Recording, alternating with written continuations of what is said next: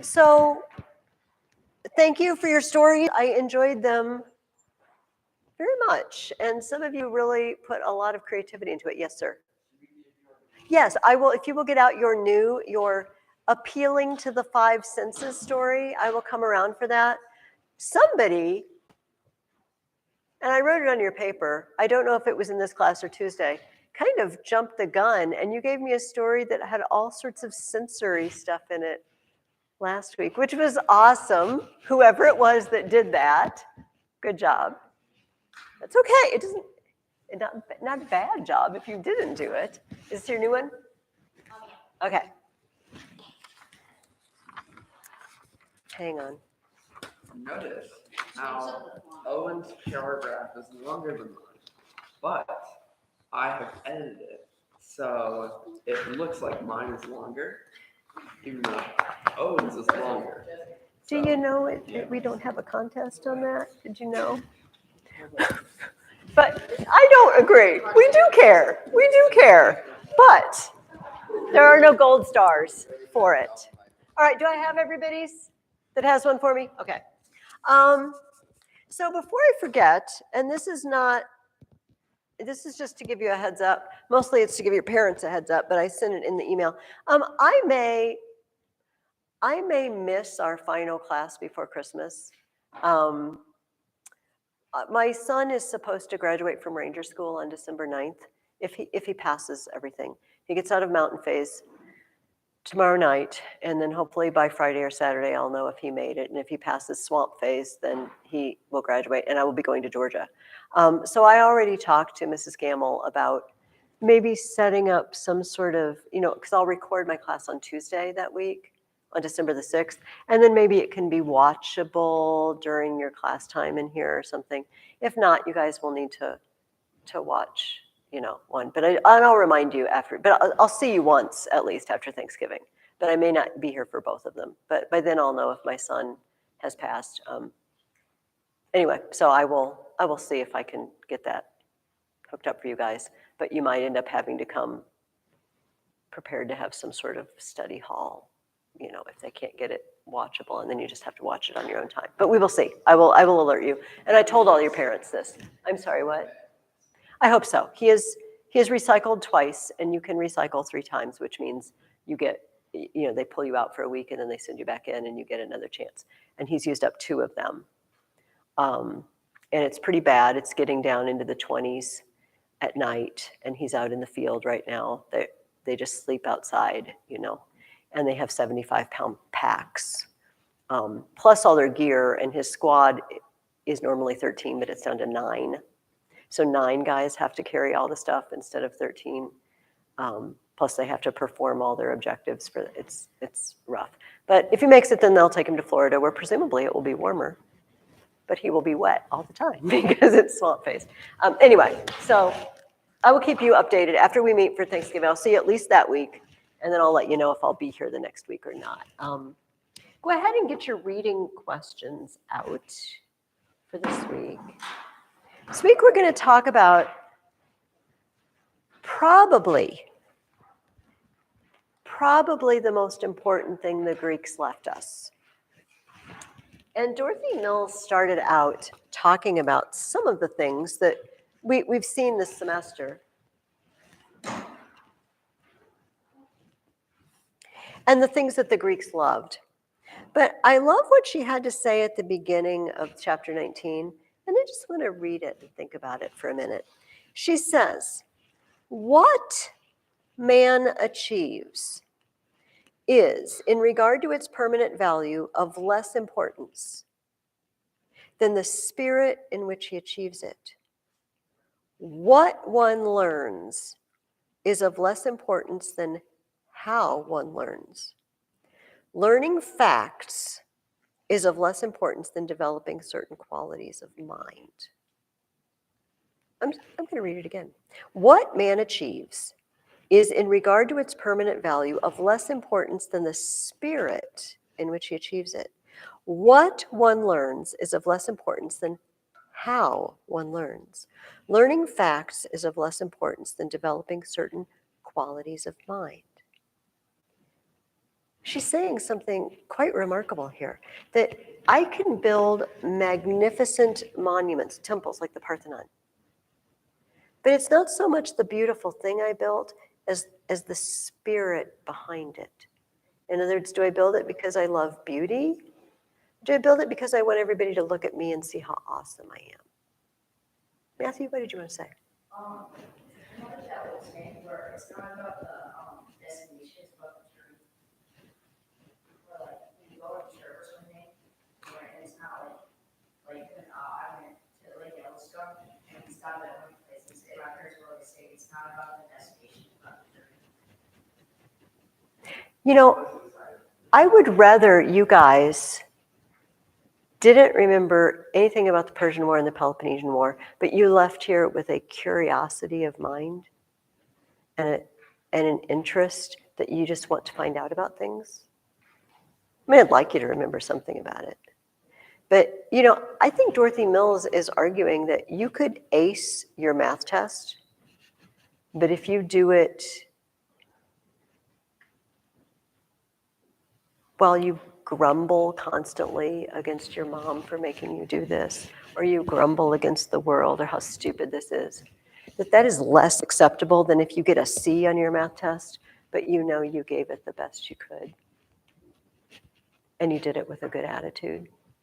And it just doesn't, it's not very popular. You know, people, you guys are young, and in the next few years, people are going to start asking you, well, what do you want to do when you grow up, and things like that. Maybe they already are.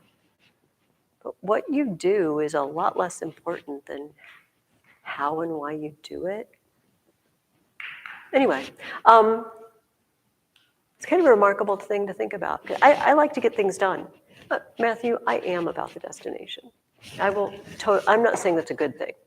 That's not a good thing at all. I go somewhere, I need to get it done. And this is my list, I need to get it done. And I miss so many wonderful things because I'm so focused on the destination. So the Greeks were not, in Dorothy Mill's opinion, focused on the destination. They cared about cultivating certain habits and qualities of mind. And so she goes on to say, the Greeks gave to the mind of man.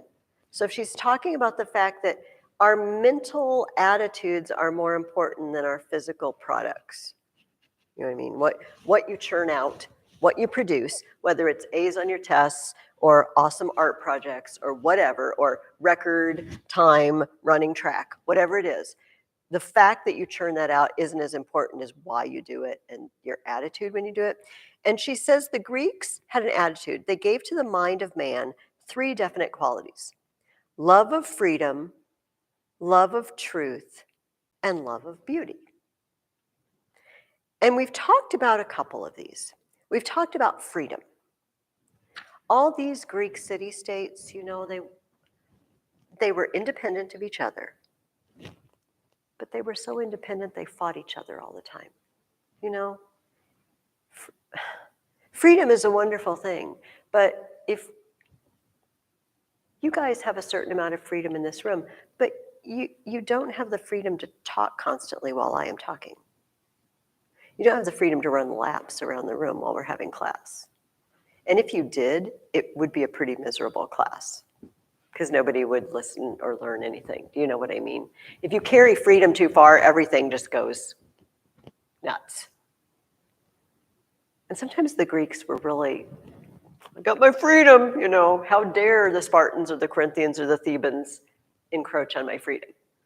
So, but they did give us the idea that maybe people could rule themselves. Maybe people could vote. They could pick their own leaders. They could vote for their own laws. Maybe they don't have to have a king. And that's a wonderful thing they left us. And I think we all appreciate that living in this country. We just had another election. We love the fact that we get to choose. Then she says, love of beauty. Well, we've looked at a lot of beauty, haven't we? Statues and temples. They loved beautiful things. Maybe the Spartans not so much. But you know what they did? They loved beauty of body, the Spartans, of fit, healthy body that could fight and do whatever it was asked to do. So maybe they just loved a different kind of beauty. And the last one she said was love of truth. And that's what we're going to talk about today. The philosophers, the people who loved truth. Now, did we in this class talk about what philosophy means? Did I write the word philosophy on the board and we talked about it? Does this ring a bell in anybody's brain? Okay, so the philo part of philosophy means love. Remember this? And does anybody remember what you're close. So the Sophia part. It's really close, Jesse, but it's slightly different. Because you can learn but not have this. Wisdom. Because you could learn a ton of stuff but not be wise. Do you see what I mean? You could know a lot of facts but not really be wise. You could not put them together. No. Yeah. Wow. I don't know what happened before class this morning, but okay. No, we were talking about cats. Oh yeah. Okay. Well, let's lay the argument outside the door and come in argument free. There was a group. Okay. First of all, let me look at my questions so I don't ruin them. Okay. There was a group of people wandering around Athens. Not aimlessly, that makes it sound aimlessly. They were present in Athens, and they were offering classes, they claimed, in wisdom. They called themselves, other people called them, the sophists. Hear the word Sophia again? And the sophists were people who had schools where you could enroll, you paid them, and they would teach you supposedly to be wise. But they got a reputation for instead teaching you how to twist words to make whatever you wanted to sound right. Yes, Matthew. They were very good with words. They were so good with words that they could twist what you said and just make it. They were described as making the worst case appear the better. In fact, there is a play. It's called The Clouds, and it's poking fun at Socrates, the philosopher we're going to talk about, by a Greek comedian. And in this play, there's a man whose son spends a lot of money gambling. You know, he's lost money on the horses and things like that. So he owes a lot of money, and he doesn't have it. And so his dad doesn't know what to do because his dad's responsible for it. So he decides to send his son to one of these sophist schools to learn how to argue his way out of paying his debts. That maybe if he learns to be really good with words, he can talk to, his creditors and he will get off the hook. So he goes, and apparently he's not smart enough. He can't get it. So his dad gets frustrated, and his dad goes and enrolls in the school. And most of the play is funny because the dad just doesn't get it. He doesn't understand. And they're doing all sorts of crazy things in this school of philosophy. And so finally he sends his son back, and his son learns, the way the play ends, the son learns so well that he comes back, and not only does he get out of debt, but he starts just beating up on his dad. And his dad says, what? And he explains logically why it is right and just that he should beat his own father, because that's what the sophists taught him. They taught him to do this. So that was the idea of these guys.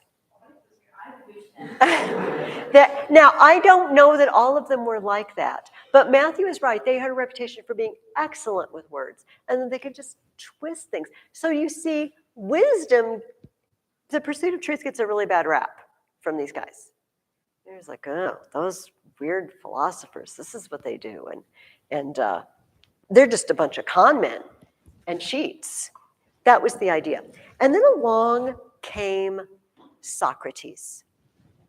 Socrates got lumped in with these guys. And I told you that play I just described actually Socrates is one of the main characters. It's Socrates' school. Socrates never ran a school. What? So Socrates was a stone cutter. That was his trade. And like all Athenian men, he had to go out and fight during the Peloponnesian War. We already heard that he was side by side with Alcibiades, the young charismatic guy who said, let's go to Sicily. And he saved Alcibiades' life and talked a lot to Alcibiades, spent a lot of time with him, saw something in this young man. But Alcibiades just never took the bait, it just never clicked for him to maybe organize his life in a wiser way. Socrates was very poor, as he would take no money for his teaching. Wisdom, he felt like, is free to all. And he compared selling wisdom to prostitution, to selling bodies. That's just wrong. The sophists are wrong. And Dorothy Mills tells us, well, actually, I paraphrased what I was going to read out loud to you. Socrates saw that though the teaching of the sophists might increase information, it was fatal to real thinking. And he began to teach in Athens in order to show what real thinking was. Do you ever think about that? I didn't, but any morning before I come to class, I can turn on the internet. I can just have so much news. I can be inundated with news. I can know what the weather's going to be. I can know who won the elections. I can know there's an earthquake on the other side of the world. I can know there's a flood. I can know there's a war. And we live in a world where people do that and they think they know something. And they don't know anything. They don't know the most important thing. I just looked at a big list of news. Is any of it actually important? Maybe, maybe not. Maybe I won't know for 5 or 10 years what was important. And to look at it with that idea. So information, getting facts, doesn't really teach you anything until you know how to put them together, If this fact is important, this fact is for trivial pursuit, it's not relevant. And so Socrates thought these sophists spent all their time giving you information. It's like if all we did in here was learn grammar rules, but we never actually wrote anything, we never actually thought, we just drilled grammar. It doesn't make you a perfect writer. You have to think. You have to use your mind for that.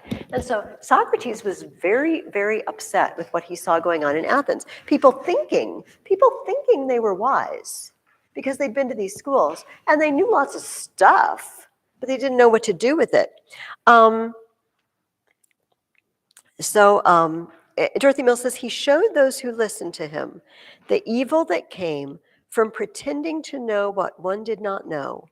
And the first step in his teaching was to make them realize their own ignorance. So this is the first question I asked you. There was an oracle, or Oracle Delphi, pronounced a message to a friend of Socrates, that Socrates was the wisest man in Greece. And Socrates heard this. And how did he interpret that? Did he think, oh, yes, I am the wisest man in Greece? What did he think that meant? Does anybody remember? Did you write something down? Are you afraid to say it? Say it anyway. I know how you feel, Rhett. I was you once. I promise you. I would just rather die than raise my hand and answer a question in class. Okay, I understand that sometimes we are that way. Here's what he said. I do not think he meant that Socrates was wise.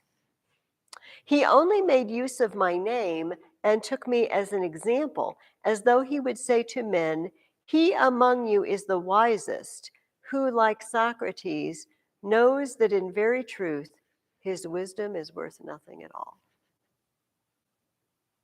Socrates thought, was that what you Socrates thought that what the oracle was trying to say is Athens is full of people who think they're wise, but they're not wise, and they don't know it. Socrates, on the other hand, was not wise, and he knew it. And that was the first step. You know, I feel like this happens to us every day. You can't ask for help if you don't know you have a problem. You know what I mean? If you think you know how to work all your math problems and you're doing them all wrong, you're wrong. But if you know you don't know how to do them and you go to your mom or the video or whatever and how do I do this problem? The first step in learning to do it right is to know you don't know how to do it right. And Socrates, you kind of frown, does that make sense?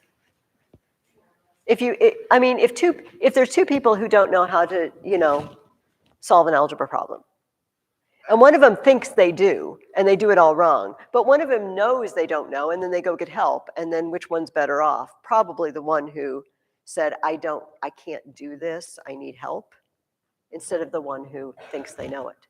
Socrates said, I'm not wise, and I know it.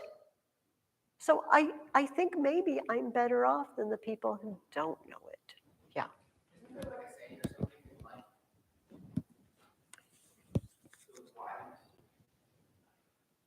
wiser you are, the more you know you don't know. Yes, the more you know, the more you know you don't, the more you don't know what you don't know. Something to that effect. This is very true. A little learning is a dangerous thing. It's from a poem by Alexander Pope. You would be confused if this were the first time you were hearing this? Yeah. I mean, people would say, oh, no, I'm learning a lot. Mm-hmm, mm-hmm.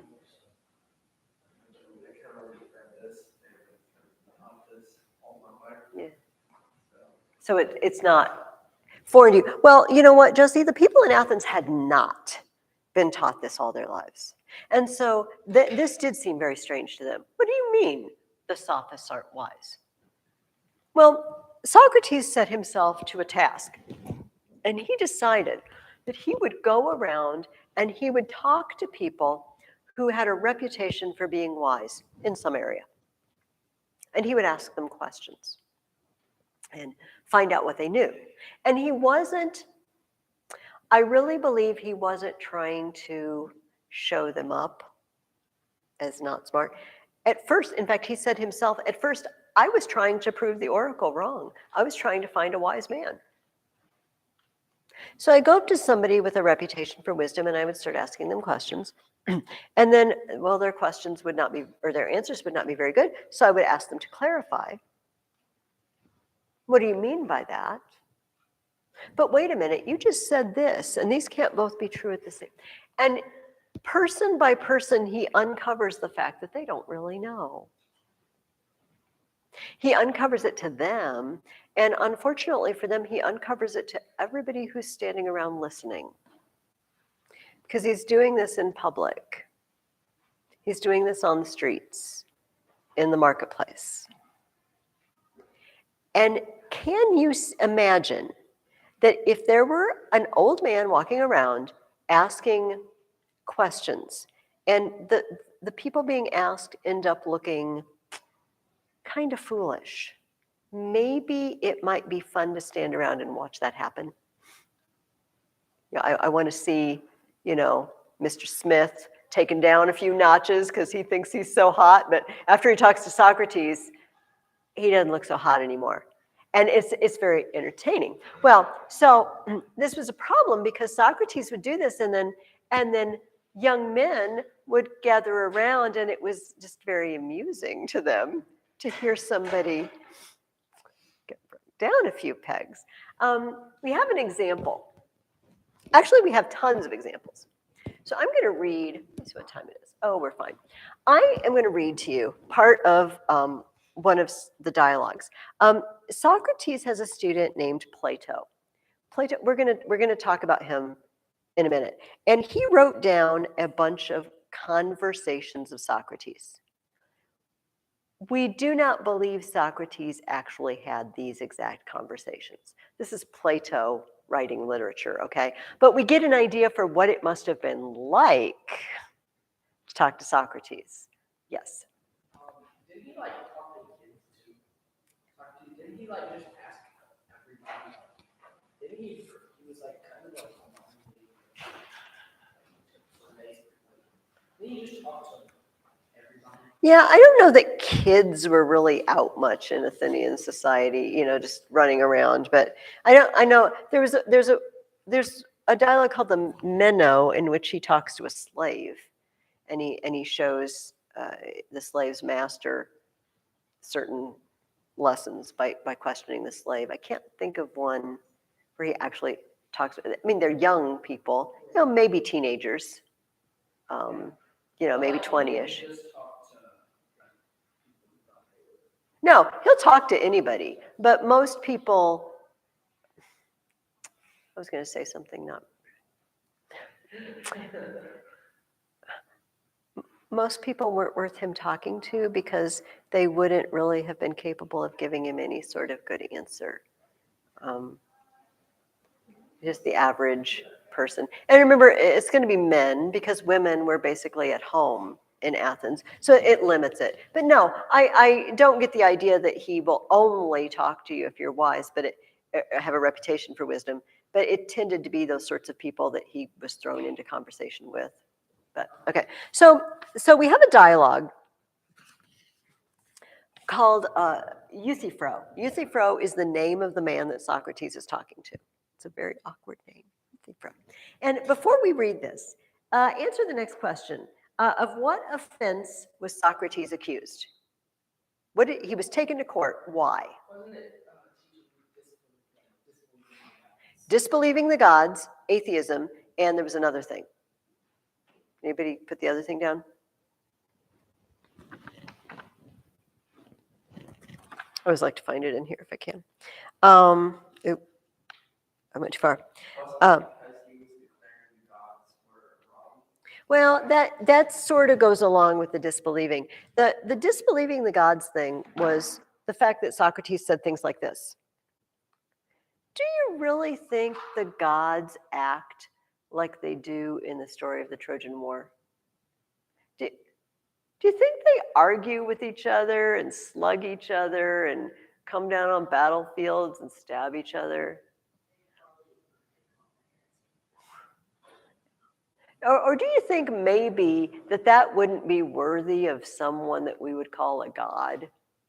Maybe if they're gods, they're a little bit above that sort of thing. They're a little better than that. And so there's no indication that Socrates ever thought there were no gods. But he certainly did not believe, he called them the lies of the poets about the gods. But that did not go over well. And the other thing was, go ahead, Rhett. I think, as far as we tell, he believed that. He is guilty also inasmuch as he corrupts the young men, corrupting the youth of Athens. This is the other charge. Because remember what he said. He shows people up. He makes them look a little foolish. And all the young men like to stand around and it's funny. It's funny. And then maybe they learn, just enough from Socrates to be annoying. And they go home and they start asking their parents a bunch of questions. And their parents are like, oh, who taught you that? Well, it was Socrates. Socrates is making our children annoying. He's making our young men annoying. So shut up already. No. Yeah. And so for all these reasons, he got hauled into court. And so Euthyphro is one of these dialogues. Do you understand what dialogue? It's written like a play. It's a conversation between two, sometimes more people. And usually when they write them, it actually just has the speaker, like it does in a play script. And so in this particular dialogue, it's very short, Socrates shows up at court for his first court date. And Euthyphro is a friend of his, someone he knows, and he's there. And they said, well, fancy meeting you here. What are you doing here? And Euthyphro asked Socrates, and Socrates says, well, apparently I corrupt the youth of Athens. And so I've been brought up on charges, and I have to defend myself. And I also apparently don't give the gods the reverence they deserve. Well, why are you here, Euthyphro? Euthyphro said, well, strange thing. We had 2 slaves, and one of them killed the other one. And my dad took the murdering slave and put him in a pit somewhere in a dungeon while he went off to the authorities to find out what to do with him. And while my dad was gone, the slave died, the slave that murdered another slave. And so I'm here coming to court to press charges against my father for murder of the slave that got put in the dungeon. And Socrates, well, that's an interesting choice. What makes you think that's a good idea? He's your dad, and this was a slave, and not only was he a slave, but he's a murderer. Well, the gods hate murder.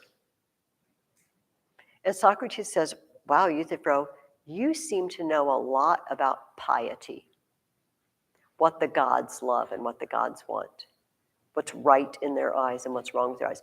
And I got to go into court in a minute, and I got to defend myself against charges that I diss the gods and corrupt youth. You can teach me something. Maybe Euthyphro, if you teach me what piety is, I can go into court and say, okay, I may have been wrong in the past, but Euthyphro is teaching me, and I am learning. So Euthyphro, let's have a conversation. Tell me about piety. And that's this whole dialogue. So it starts out, I'm not going to read much of it, but it's actually, I mean, if you wanted to look it up, it's really pretty short. You can read it in 20 minutes, the whole thing. So he starts out by saying, all right, let me find it.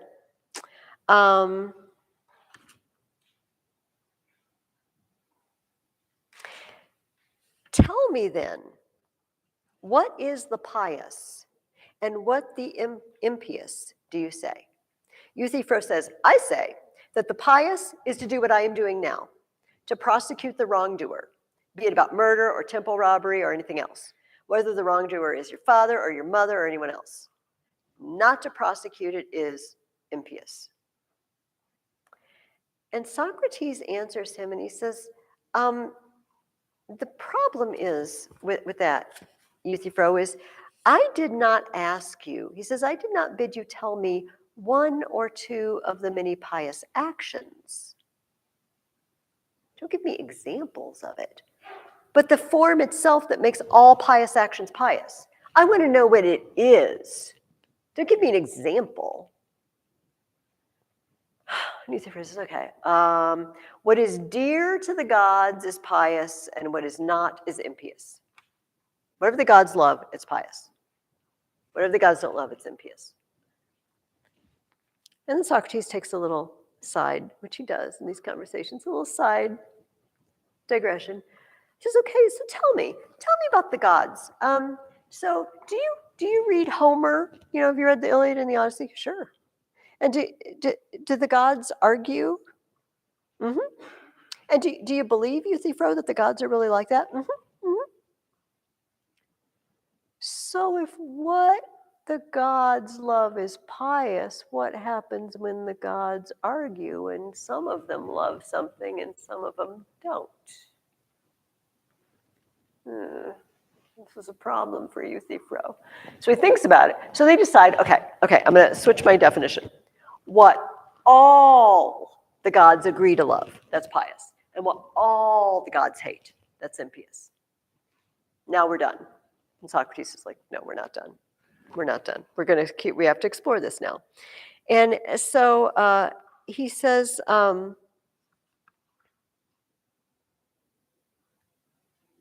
here, that's the correction. It kind of makes your mind explode a little bit when he gets to this one. But consider this, Euthyphro. Is the pious being loved by the gods because it is pious? Or is it pious because it is being loved by the gods? In other words, There's a thing over there. And the gods love it. And that makes it pious. But if the gods love it because it's pious, who decided it was pious? Not the gods, because the gods only love it because it's already pious. But if the gods love it and it makes it pious, well, what if they stop loving it? Does it stop being pious? Or if they love something that we think is really bad, does that make it pious? It's like a circle. It's sort of like which came first, the chicken or the egg question that they ask. Which came first? Is it pious and then they love it? Or they love it and they make it pious? Which is it, Euthyphro? Okay, Matthew, you wanted to say something first and then we'll do it. Okay. Well, that's the problem because who made it pious? No, but if they liked it because it was already pious, then who?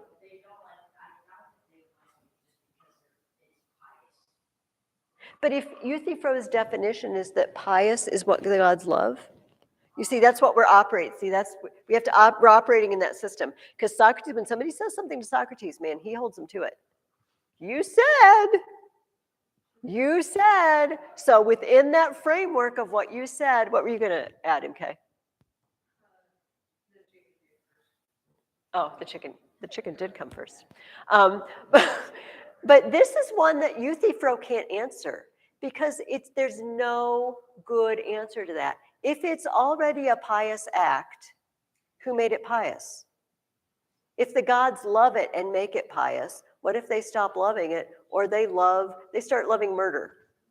The gods just decide to start loving murder. Okay, now murder is pious. I'm not saying they would do that. But if the idea is they can just run around loving things and it makes them good, what if they, in a fickle fashion, start loving something else? Anyway, so they talk about this for a while. And they don't really come to a decision on that. So Euthyphro says, okay, I don't like my definition before. Can I change it? Socrates always lets you change your definition. I don't like the gods love it one. Let's try something else. The godly and the pious is a part of justice. It's a subsidiary of justice that is concerned with the care of the gods. While which is concerned with the care of men is the remaining part of justice. Euthyphro says, okay, the idea of justice has two parts.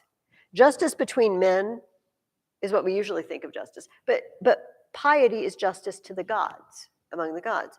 And he says, you seem to me to put it very well, but I still need a bit of information. I do not yet know what you mean by care. For you do not mean the care of the gods in the same sense that the care of other things. Say, for example, we say, don't we, that not everyone knows how to care for horses, but the horse breeder does. Not everybody knows how to care for dogs, but dog breeders do. So he says, well, Euthyphro, so if horse breeders are the people who know how to take care of horses, what do they do for the horses? He says, well, they make them better. They make them stronger, more beautiful, more healthy. Okay, so then when we care for the gods, do we make them better?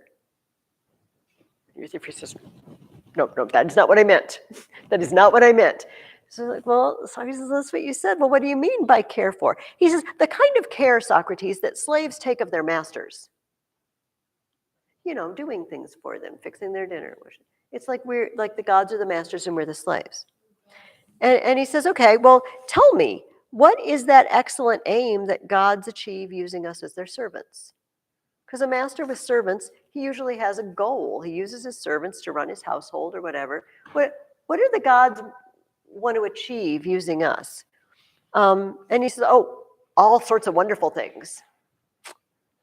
Socrates doesn't like answers like that. I'm like, well, you know, farmers achieve all sorts of wonderful things too. But what's the main job of being a farmer? It's to grow food out of the ground. The fact that they do other wonderful things really doesn't have anything to do with the fact that they're farmers. He says, so tell me what the gods give. This is what they give us, you know, he lists several blessings of the gods. Food, clothing, these things. So it would follow from this statement that piety would be a knowledge of how to give to and beg from the gods. Definitely Socrates. You understood what I said very well. And he said, and we need to beg correctly, would be to ask for the things we need. Yes. And to give correctly is to give them what they need from us. He said, so it's kind of a trading skill.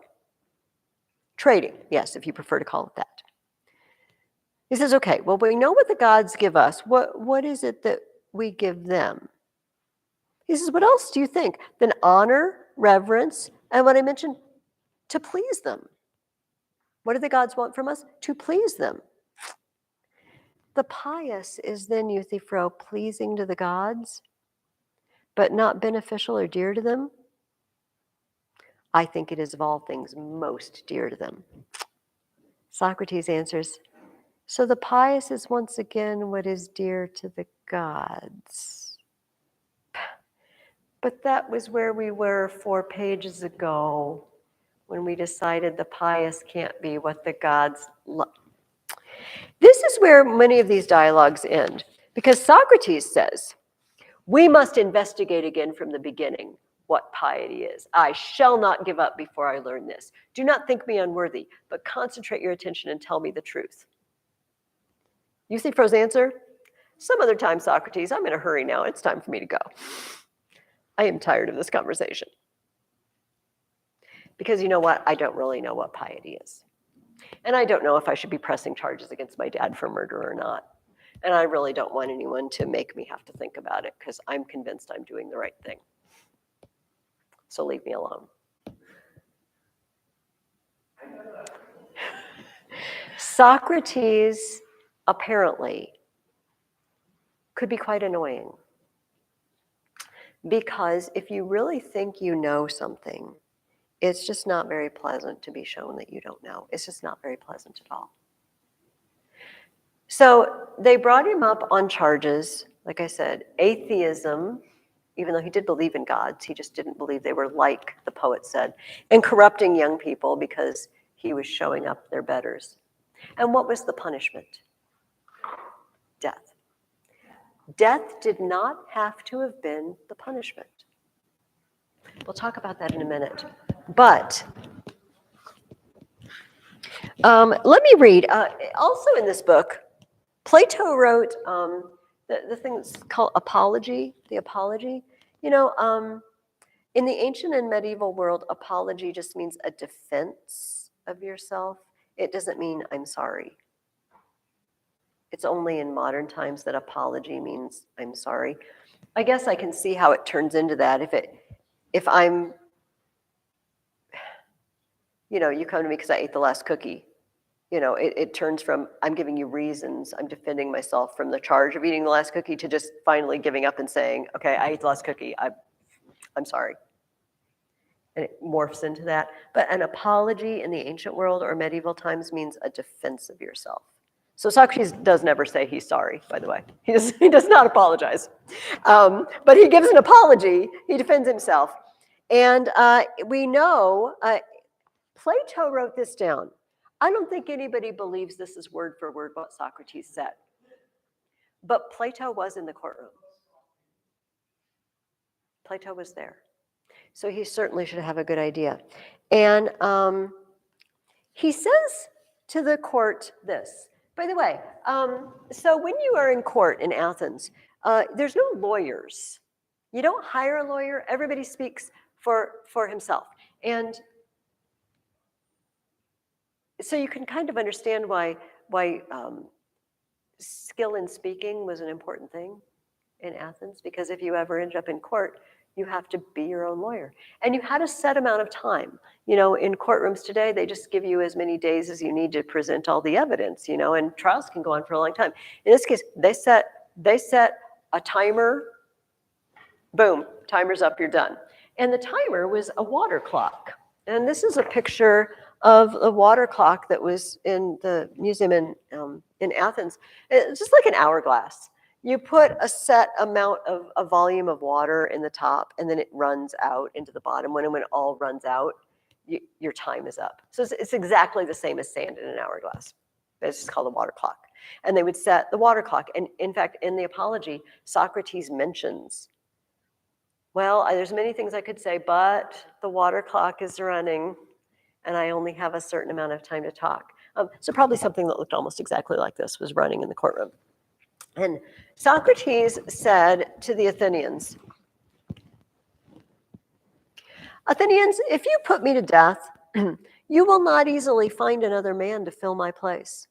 God has sent me to attack the city as if it were a great and noble horse, to use a quaint simile, which was rather sluggish for its size and which needed to be roused by a gadfly, like a horsefly. And I think that I am that gadfly that God has sent to the city to attack it. He did. But he said, but Athens is a sluggish, powerful, beautiful, but sluggish horse. And you need a little sting. Get you moving, and I'm the sting. For I never cease from settling upon you, as it were at every point, and rousing and exhorting and reproaching each man of you all day long. Well, they vote 281 to 220 that he's guilty. But they haven't sentenced him to death yet. Now, in Athens, you've been found guilty, you come back, and you get to kind of bargain on the punishment. And Socrates had options. He could have said, send me into exile. Send me out of Athens, I won't bother you anymore. But he rejected that. He said, my own fellow townspeople hate me and want me to die. Do you think they're going to like me anymore somewhere else? Because I'm not going to shut up. This is my life's calling. I am not going to shut up. And if you send me somewhere else, they're just going to get mad too. So I don't like that option. He could pay a fine. And he said, I got no money because I don't charge for my teaching. And apparently he didn't spend a lot of time cutting stone because he was too busy talking. And his wife was always irritated. We happen to know his wife's name is Xantippe. And we know she's apparently just really nagged at him a lot. And I get it. Like, go into the shop today, Socrates, and sell some stone. Stop wandering around and chatting with people. There's one famous episode where they say she was scolding him and ranting and raving and yelling at him. And he went out the front door. And she threw a bowl of water on him. She threw a bowl of water over his head. And they say he said, after the thunder always comes the rain, because she'd been yelling at him like thunder, and then she poured water and said, he's an annoying husband. So he said, well, I've got no money to pay the fine. And actually, it says that in the courtroom, some of the young men and the fathers of the young men, he mentioned this. He said, if I'm corrupting these young men, why are their fathers here in support of me? Apparently their fathers don't think I'm correcting them. And they were kind of making motions at the back of the courtroom. We'll put up money for you. We'll pay the fine, Socrates. We can guarantee, this much money. Socrates says, well, okay, I suppose I could pay a fine. But he said, you're asking what I deserve.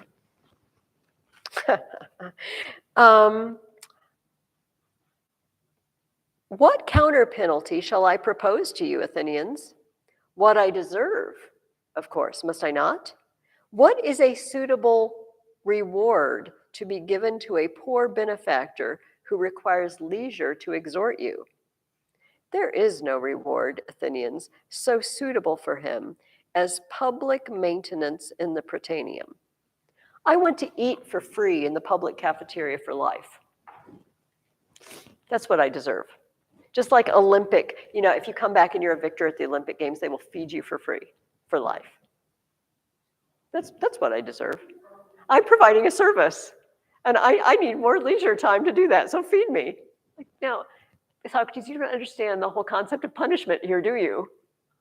You've been found guilty. We are not going to punish you by feeding you for free for the rest of your life. I know, it's pretty good though, isn't it? They do not. They punish him to death. They sentence him to death. And he can't, what? Well, I don't know. They just didn't, maybe he didn't offer enough. I don't know. They just dismissed the fine. And well, you know what? So these 5 dialogues in this book are actually together for a reason. The Minnow isn't, but the other ones are often put together in a book because they're sort of the story of him being in prison. So in Euthyphro, he goes to court and he talks about piety. In the Apology, he talks in court. The Crito, a friend of his named Crito, comes and wants to bust him out of prison. Seriously. Says, you know what? So they couldn't put him to death right away. Dorothy Mills told you this. There was a sacred ship that every year sailed from Athens to Delos. You remember the Delian League, where Artemis and Apollo are from? And nobody could be put to death during that time. It was a sacred time. You had to wait for the ship to come back. So there was about a month. You know, they sentenced him to death, and then he has about a month in the prison. And Crito comes to him and says, we can bust you out. I got friends.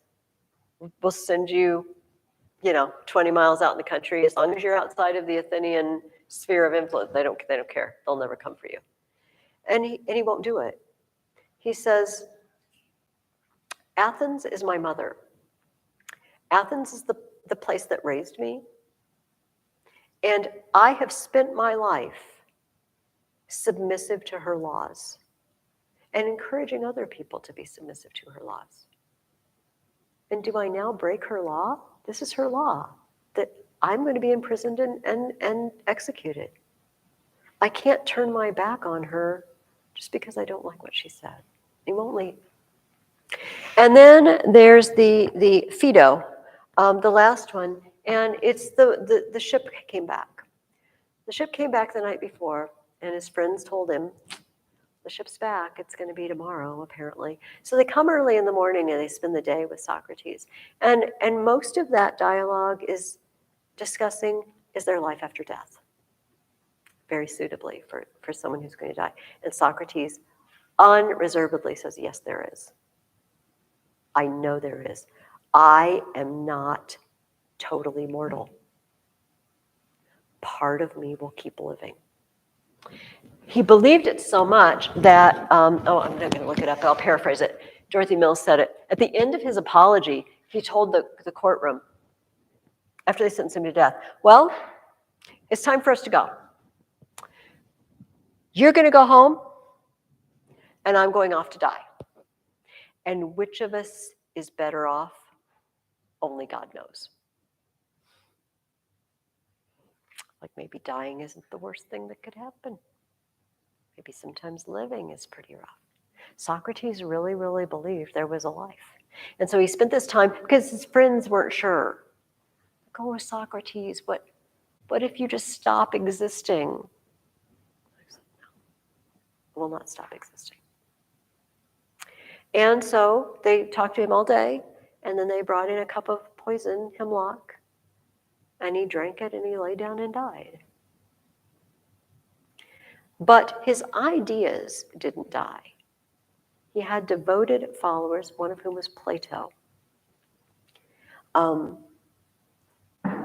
But his very life, how can I say this? I don't want you to think when I say this that I'm elevating Socrates like he's some sort of divine personage. But even the early fathers of our church said, it's very interesting that Socrates and Jesus wrote nothing down. Only their followers wrote things down. Traveled around, walked around, and taught people, ticking them off. And were sentenced unjustly to death. This happened to both of them.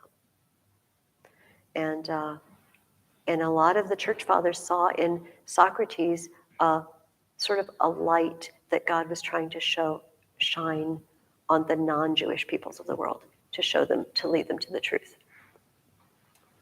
But he had a student named Plato, and Plato is the one who wrote down all of these dialogues. And the problem is, if I wrote a conversation between Rhett and George Washington, all right?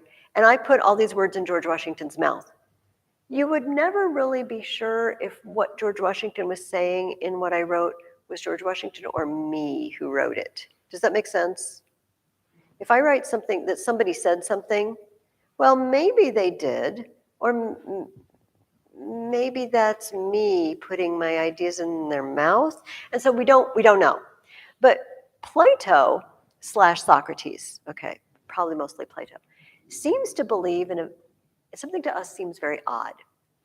Did you notice when, in that dialogue that I read, when Socrates said to Euthyphro, don't give me examples of piety. It's when I do this and it's when I do that. Tell me what it is. And he said in this translation, what is the form of piety? Okay, bear with me. Bear with Plato. Plato had an idea that, okay, I want everybody in here to picture a chair. I don't care what the chair is. Does everybody have a picture of chair in your head? Okay. So all the chairs in here look pretty much alike except for this one. This one is tall. Oh, but Lazy Boy recliner, is that a chair?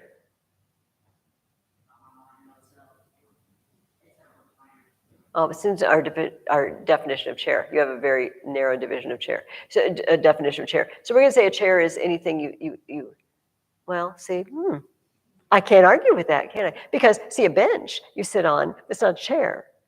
Because to me, a chair has a back. If it doesn't have a back, it's a stool or a bench. It's no longer a chair. But in my head, this is a chair, this is a chair, Lazy Boy is a chair. A big leather, overstuffed library thing is a chair.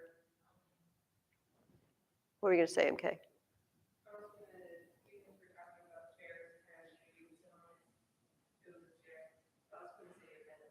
See, so I can't. So my definition was bad. Socrates was like, no.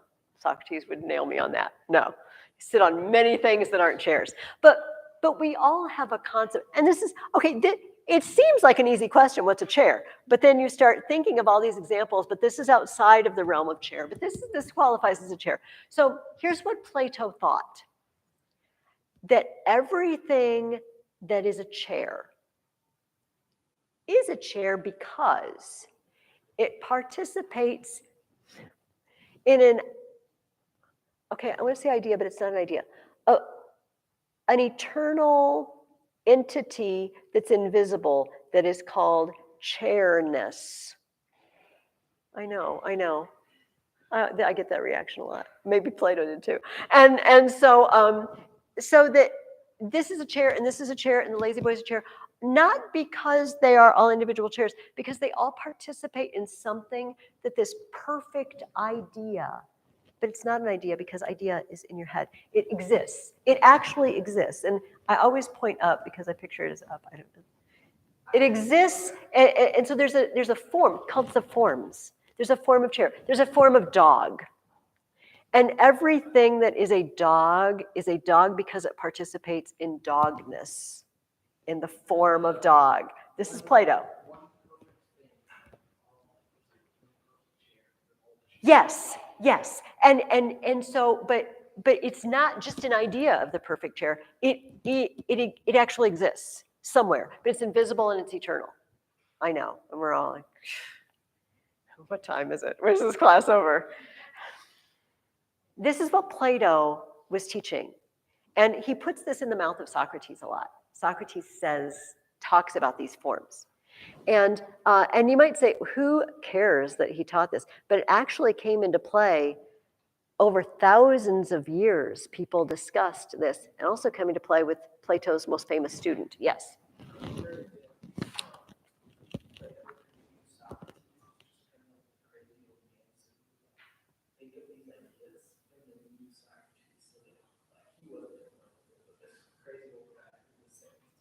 Perhaps, but I don't think he portrayed him ever as a crazy old guy.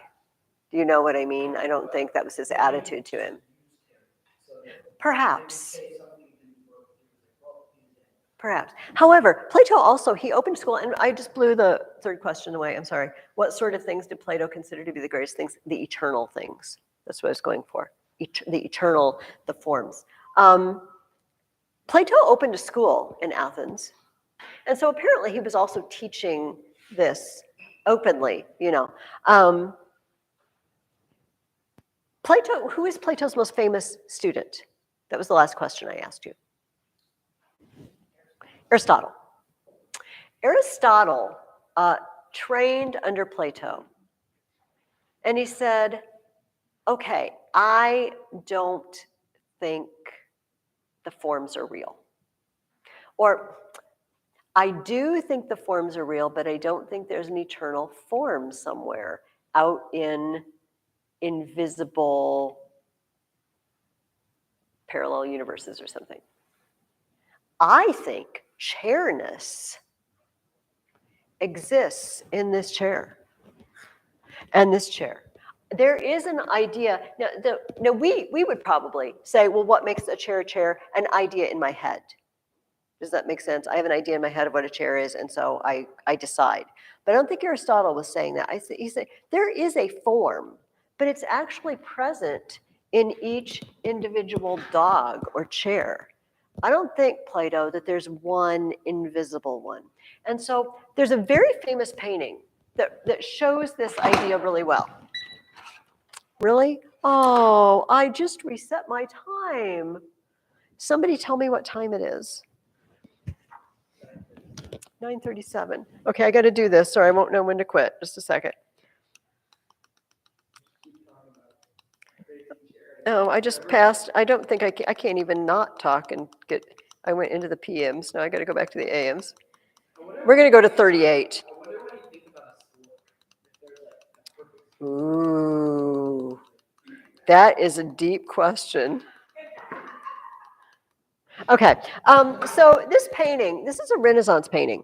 You guys probably know that the Renaissance was a time when they were finding lots of Greek and Roman artifacts. They're being dug up in Italy. The East was falling to the Turks, and so many Greeks were running west, and they brought Greek manuscripts with them. And so there's this upsurge of interest. So this was painted during that time, and a lot of times the ancients were targets of these paintings. But I will let Owen chime in first.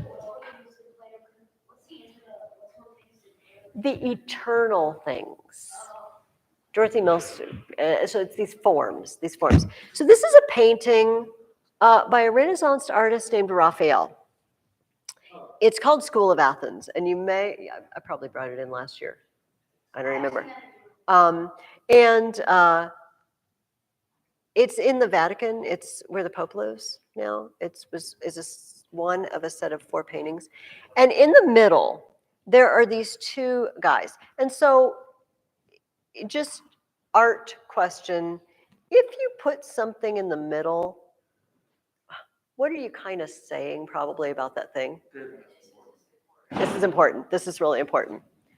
And so this is chock full of representations of Greek philosophers. And by the way, we didn't really talk about this. Can I, as an aside, just mention that for Greeks, philosophy didn't just mean thinking about ideas. It also meant what we would refer to as natural science and mathematics. This was all philosophy for them. So Pythagoras. Anybody doing geometry yet? Or learned the Pythagorean theorem? Yeah. Okay, you know the Pythagorean theorem. No, square of the legs is equal to the square of the hypotenuse. This is the same Pythagoras, but he was actually a philosopher. He started his own school of philosophy, and he believed everything centered on number. The whole world was made of number. And he had this sort of commune where they were all vegetarians, and they believed in reincarnation. He believed he fought in the Trojan War in a former life. Pythagoras did. Well, not exactly, but so these philosophers studied number and the world and things like that, and they're representations of them. But let me get back to these 2 central guys. we have an older bearded man, and he's doing Plato. Socrates doesn't get to be on here. Plato is doing this with his hand in the painting. This is the way his hand is held. Isn't that what Socrates did when he was drinking the poison? There is a painting like that, but no, I don't. I think he's doing this. Every time you see him doing this, the idea is, what is important? The forms. It's up above us. The thing that we need to concentrate is up above us.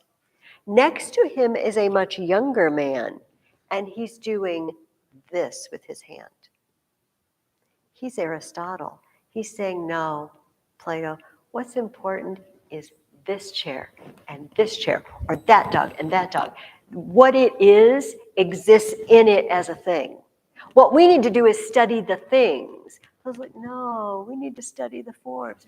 No, we need to study the things. And Raphael, in these two gestures, is showing us the whole philosophy of these two men, while they are surrounded by all these other philosophers, of whom I will only mention the guy half naked and sprawled out on the stairs. This is Diogenes. Diogenes was a crank. Okay, Diogenes, the famous story about Diogenes is that he took a lantern and he walked through Athens looking for an honest man, but he couldn't find one. But he just decided that humanity was, I don't know what he thought about humanity, but nothing should be private. He lived in a barrel, he lived in a tub, by choice. And he just did, okay, he did everything in public. He went to the bathroom, you didn't invite Diogenes to your parties. I'm just saying. Diogenes was annoying. This was his philosophy, that all humanity should just be out there, open view, and he's the exhibit of humanity. It's like everybody just sees Diogenes and crosses to the other side of the road. I don't know. So that's why he's just kind of sprawled out on the stairs doing his own thing. But this is Plato, Socrates, Plato, and Aristotle. They set the stage for all philosophy, probably up until like the 1600s, 1700s, early 1600s. A man named Descartes decided to sort of overhaul the study of philosophy. It has been said that all study of philosophy in the entire history of the world since Plato is a footnote to Plato, that he had it all. It crops up again in the Middle Ages. About a group of men, most notable was a man named Thomas Aquinas, tried to take the writings of Aristotle and harmonize them with the Bible, with church teaching. But other people were always springing up saying, no, I think Socrates and Plato were closer to right.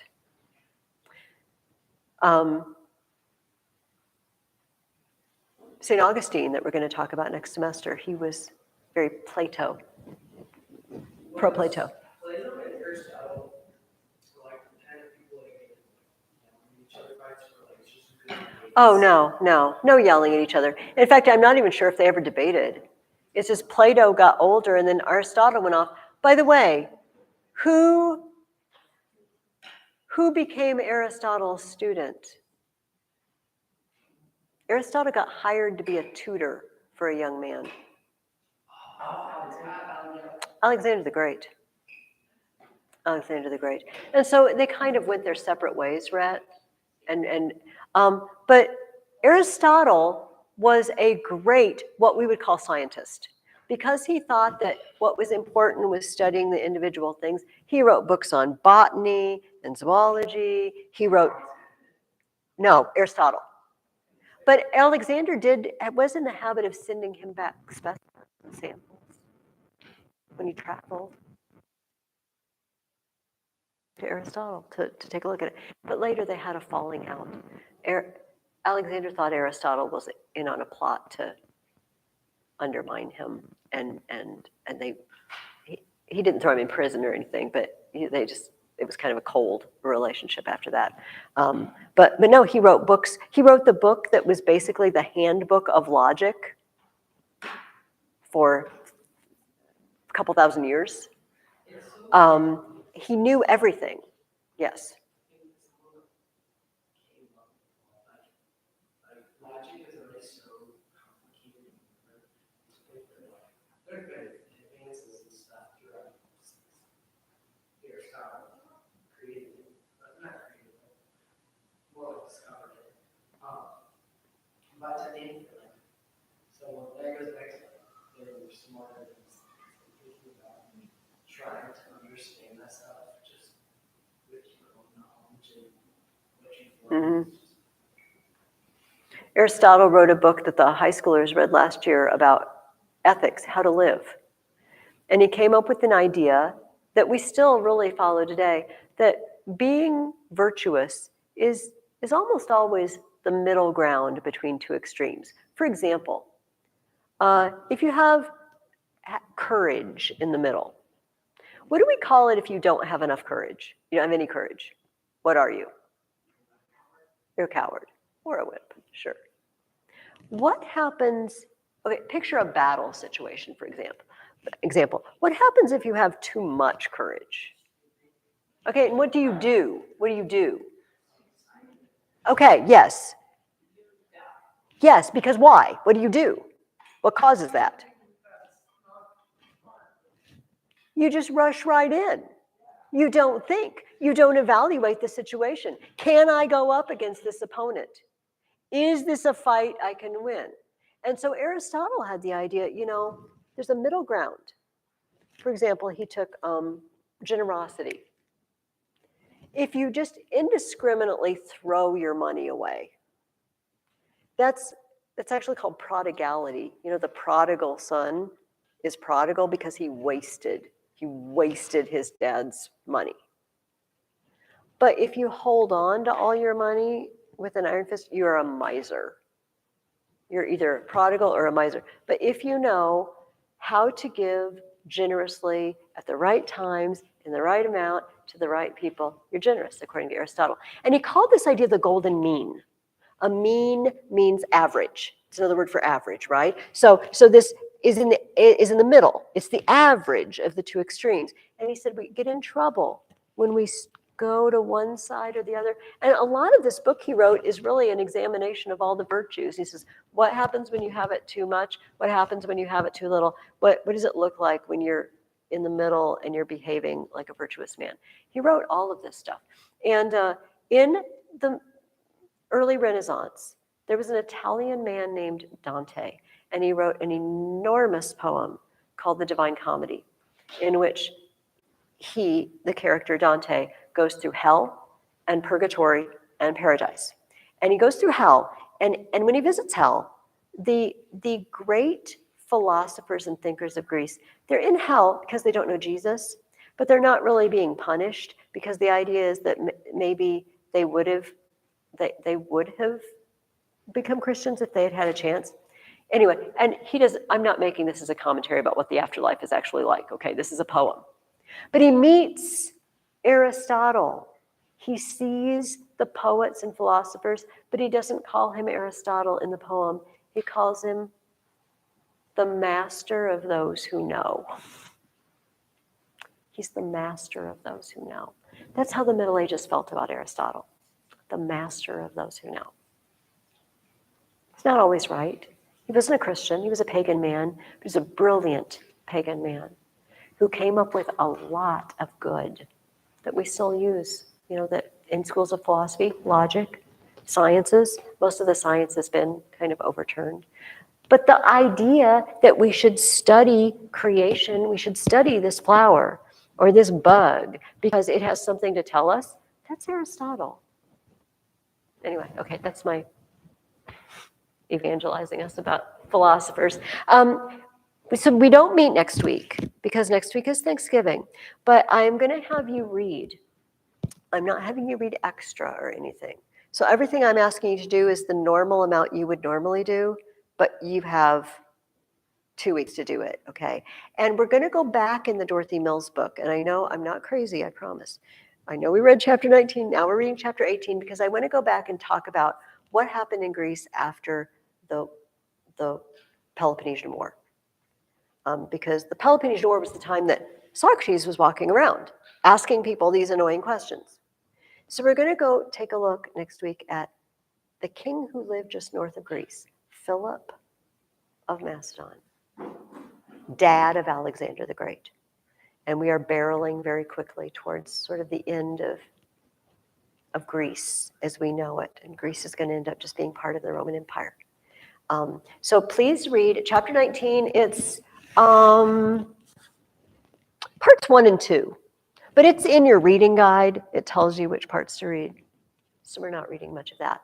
I also want you to start a very odd, maybe the oddest book you've ever read.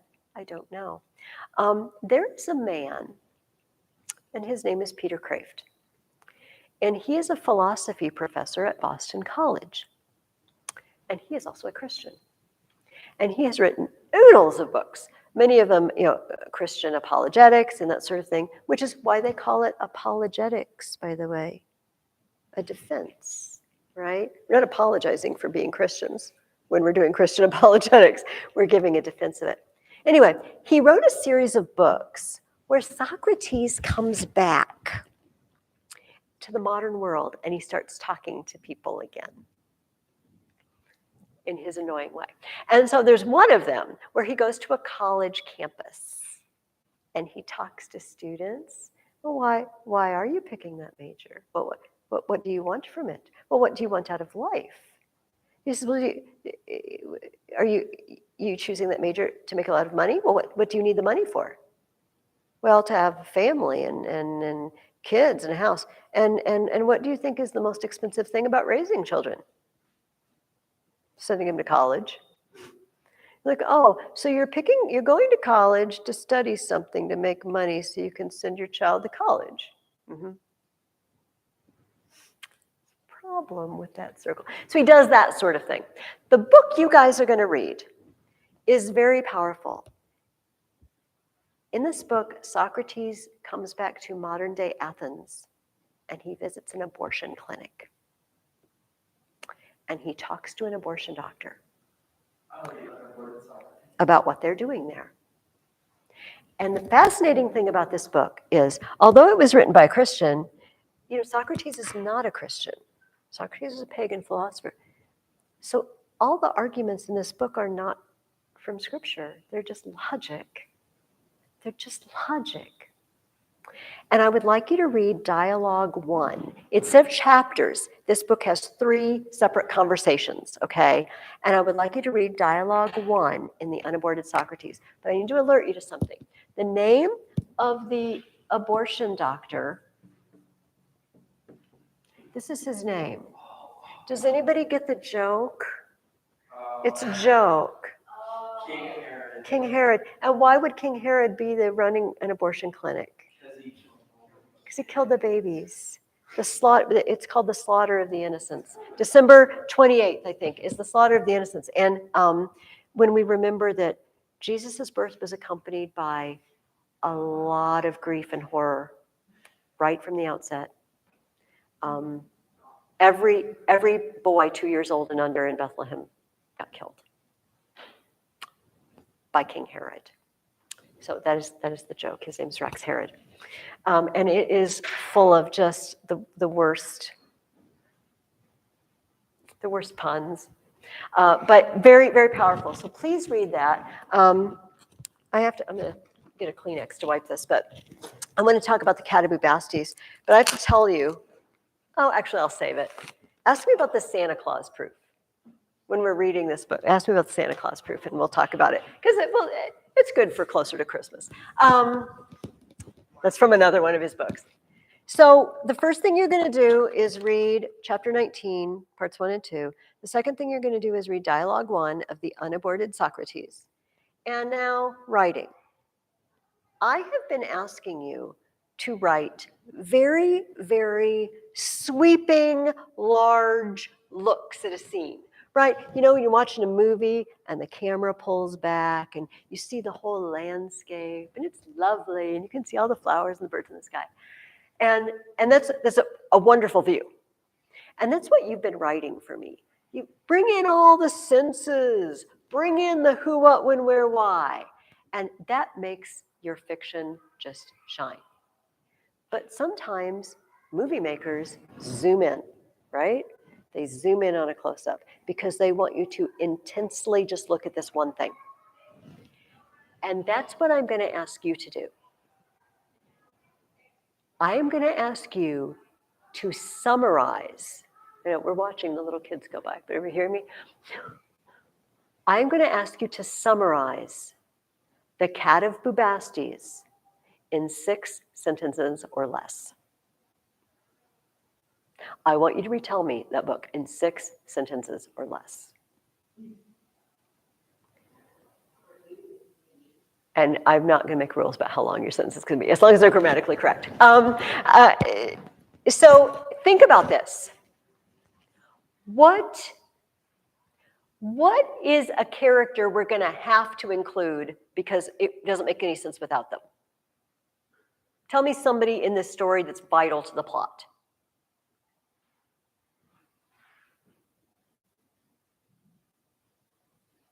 You're going to be at least 4. Probably 5. Come on, guys. Who you can't tell this story without this person. Chevron, yes. Main character. Chevron. I'll just, you don't have to write these down. It makes sense. But Chevron. Who else has to be in on the plot? Yeah, Amuba and Jethro. They drive the plot. Is there anybody else that's just, you can't do without them? He really wasn't in it very long, was he?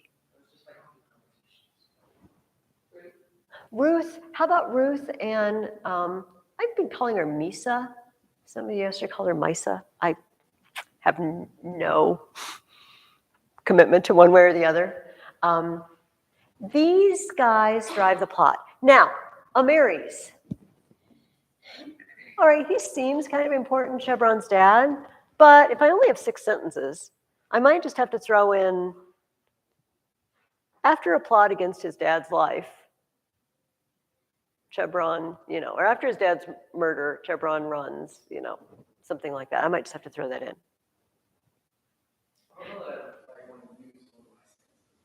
Well, but if you use words like after or when or since or while, you can throw in some extra information there and then still have another rest of your sentence. See, that's the glory of compound sentences. Yes. Are we trying to do this in the back of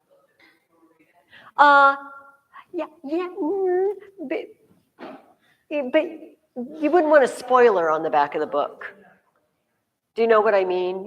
Yes, you would want to find out what happens to them as they kill the sacred cat and go on the run, because you wouldn't, if you told the whole story on the back of the book, then that would be a bummer for the reader. Killing the cat, is that important? Yes. Hiding in an embalmer's house, is that important? The fact that they hid, I don't even know if the fact they hid is really important. The fact that they ran away, that seems important because they ended up back in Jethro and Amuba's home. Yes. The whole battle at the beginning of the book where Amuba's dad dies.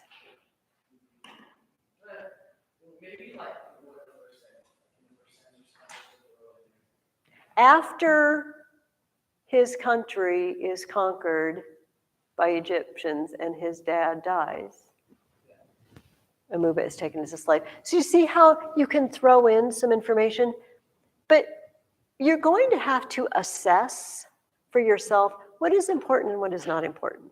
This is also a really good skill to have. Also, this is not an exercise without purpose.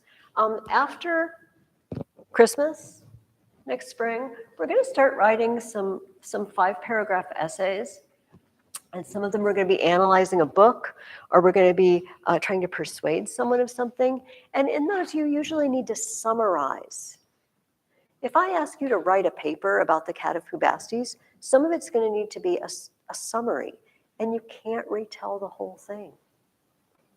Summary just means, summa, right? It's a Latin word, the highest. It's the high points. It's not every single detail. So that is all I want from you, 6 sentences. And I want your 6 sentences to tell me the story of the Cat of Bubastes. All right? That's it. You have 2 weeks to turn out 6 sentences. It might be harder than you think to decide. You start writing and then you realize I have used up 5 of my 6 sentences and I'm nowhere near the end. Something has to go. But you know what? This is what writers have to do. You write stuff and then you have to go back and say, oh, I wrote too much. I want to read something, a sentence out of the Cat of Bubastes and talk about this a little bit. This happened when they killed the cat and they went into Chepron's dad, and his dad was telling him the truth about the gods. But he was also telling them that he knows there's a plot against him, and that he knows that the other priests are saying that he doesn't honor the gods, that he's impious. And this is what Mary says to them. But yes, you go first, Red. Well, it wasn't just cats. It was many animals because they believed they were sacred, right? Remember the discussion on the crocodiles, that they were gods, that they were manifestations of the gods. There's a story about a Persian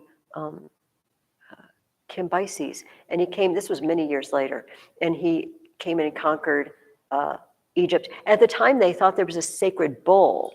It was the manifestation of Apis, and every once in a while there would be a bull that would be born to have a special white spot, and they would say, "Oh, it's Apis! It's Apis!" Went a little bonkers. Apparently, he was mentally ill, and it, which horrified the Egyptians because it was like killing this cat. And then later, Cambyses was getting on his horse, and his sword dislodged and stabbed him in the same place he stabbed that Apis bull. And the wound went gangrenous and everything, and it killed him. And the Egyptians were like, boom. That's what you get for stabbing Apis. So they were still, and this was in around 500 BC. This is right about the time of the Persian War. This is just before the Persians attacked Greece. So maybe 1,000 years after this, and they still believe this about these animals. Okay, this is what Mary said. The accusation is false. The accusation that I don't like the gods, that I'm against the gods. The accusation is false, but nonetheless dangerous for that. Nothing is more difficult than to expose or annihilate a falsehood. It spreads like wildfire. And the clearest demonstration of its falsity fails to reach a tithe of those who believe it. A tithe means a tenth. The clearest demonstration of it fails to reach a tenth of those who believe it. Do you believe that's true? Is it hard to undo a lie? Why? Just go tell the truth. Well, yes, but let's pretend, Jesse, that we're not so concerned about getting in trouble as we are about the truth getting out there. The truth that you covered up with your life. We need a more concrete example, don't we? What if you guys spread a rumor that there's something terrible about me? Okay, I'm a thief. I'm a thief. This rumor starts going around. One of you left your backpack in here and something's missing. And I was in here. So now I'm a thief. And we're going to assume in this story that I'm not a thief, all right? That you lost it. It fell out of your backpack somewhere. It's somewhere in the church. It's in the backseat of your car or something like that. And now everybody in School 8 thinks Mrs. Ferguson is a thief. They really believe it. This goes on for months. And then you find the thing. You find the thing that fell out of your backpack. How hard is it going to be for you to convince they've been looking at me with suspicion. Nobody brings their backpack in here anymore before class because, Mrs. Ferguson, thief. What is it about people? Do you think just showing them the thing, is that going to convince everybody I'm not a thief?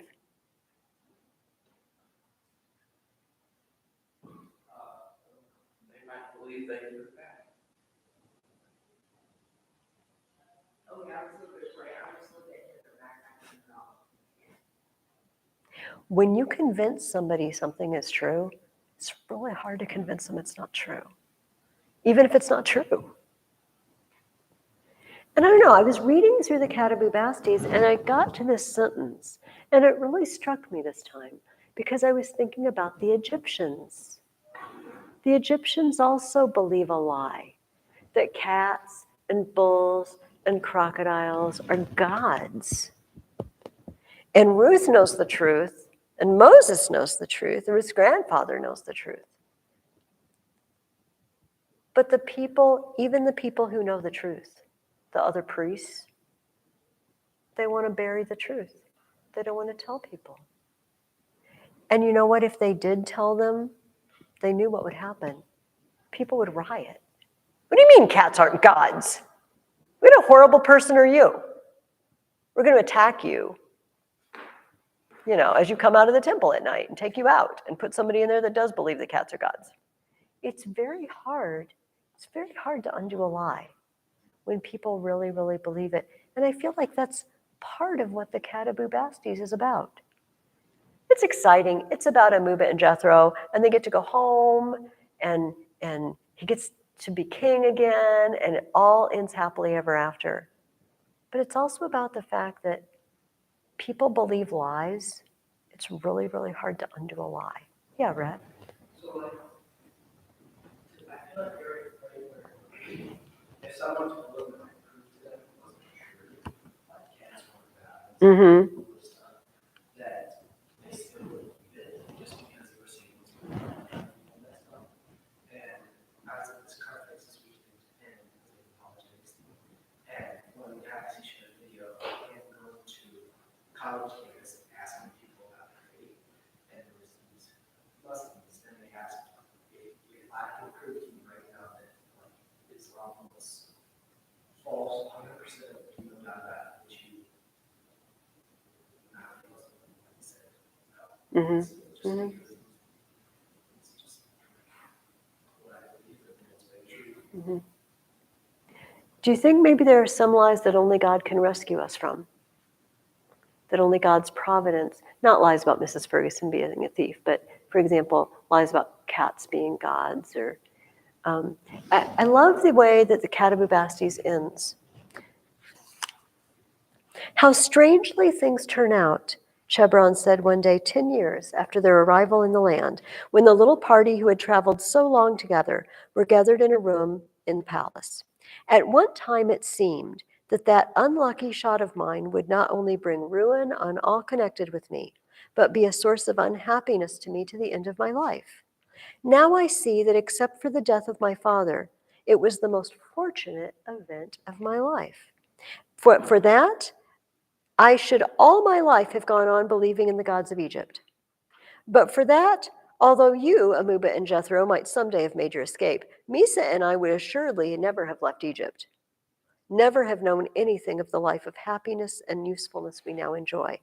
All this I consider I owe to the fortunate shot that killed the Cattabubastes.